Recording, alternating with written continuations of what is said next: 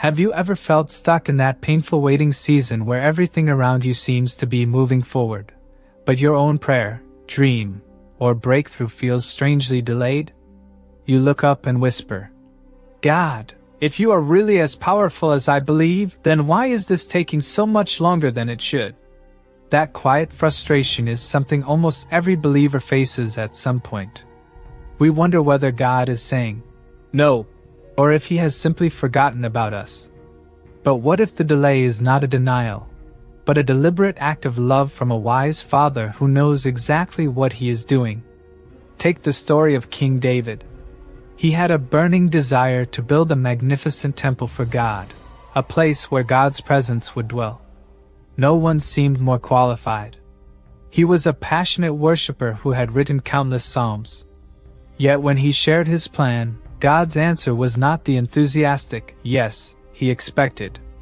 Instead, God said, "Not you, David.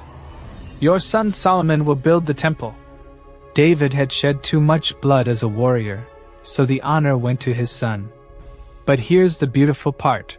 Even though David wouldn't build it himself, he spent the rest of his life quietly collecting materials, stones, and resources for a project he would never personally see completed. He worked faithfully for a dream that would bless the next generation. That kind of unseen obedience is rarely celebrated, but it reveals a powerful truth. Sometimes God says, "Not you," not to reject us, but to protect us and prepare something greater through us. Why does God often slow things down? Because He is not just a miracle worker, He is the greatest teacher. A good teacher never rushes the student. He slows down so the lesson can actually sink in and become part of who we are. We pray for patience, and suddenly life fills with long delays and difficult situations. We ask to become more loving, and God places challenging people in our path. It feels frustrating, but these are training grounds. God slows the pace because we are not yet ready to handle the speed we are asking for. The wedding at Cana, a powerful picture. Remember the wedding in Cana where the wine suddenly ran out? In that culture, it was a moment of deep embarrassment and shame for the host. Mary turned to Jesus and said, "They have no more wine." Jesus replied, "My hour has not yet come." But Mary didn't argue. She simply told the servants, "Do whatever he tells you." Jesus then gave an unusual instruction. Fill the large stone jars with water. These jars were massive. Each could hold 20 to 30 gallons.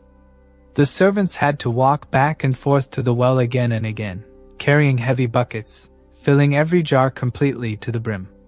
It was tiring, time-consuming, and looked completely pointless. After all, how can plain water become fine wine? They kept obeying even when nothing seemed to be happening. Only after every jar was filled to the brim, and they drew some out, did the water turn into the best wine anyone had ever tasted.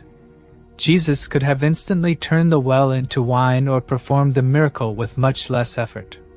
But He chose the long, ordinary process because the real miracle was not just the wine. It was building faith and obedience in the hearts of those who served.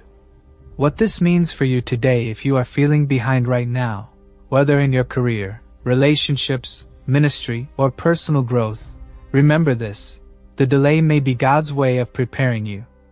Don't get lost in the math of how long or why me. Instead, focus on one simple thing. Do whatever He tells you right now in this next small step. Every time you keep pouring that water, taking the next obedient step even when it feels useless, your faith is growing stronger in ways you cannot yet see.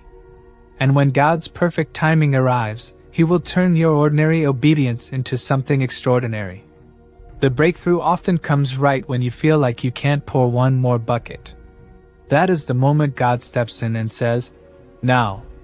So today, make this decision. I will stay faithful in the process.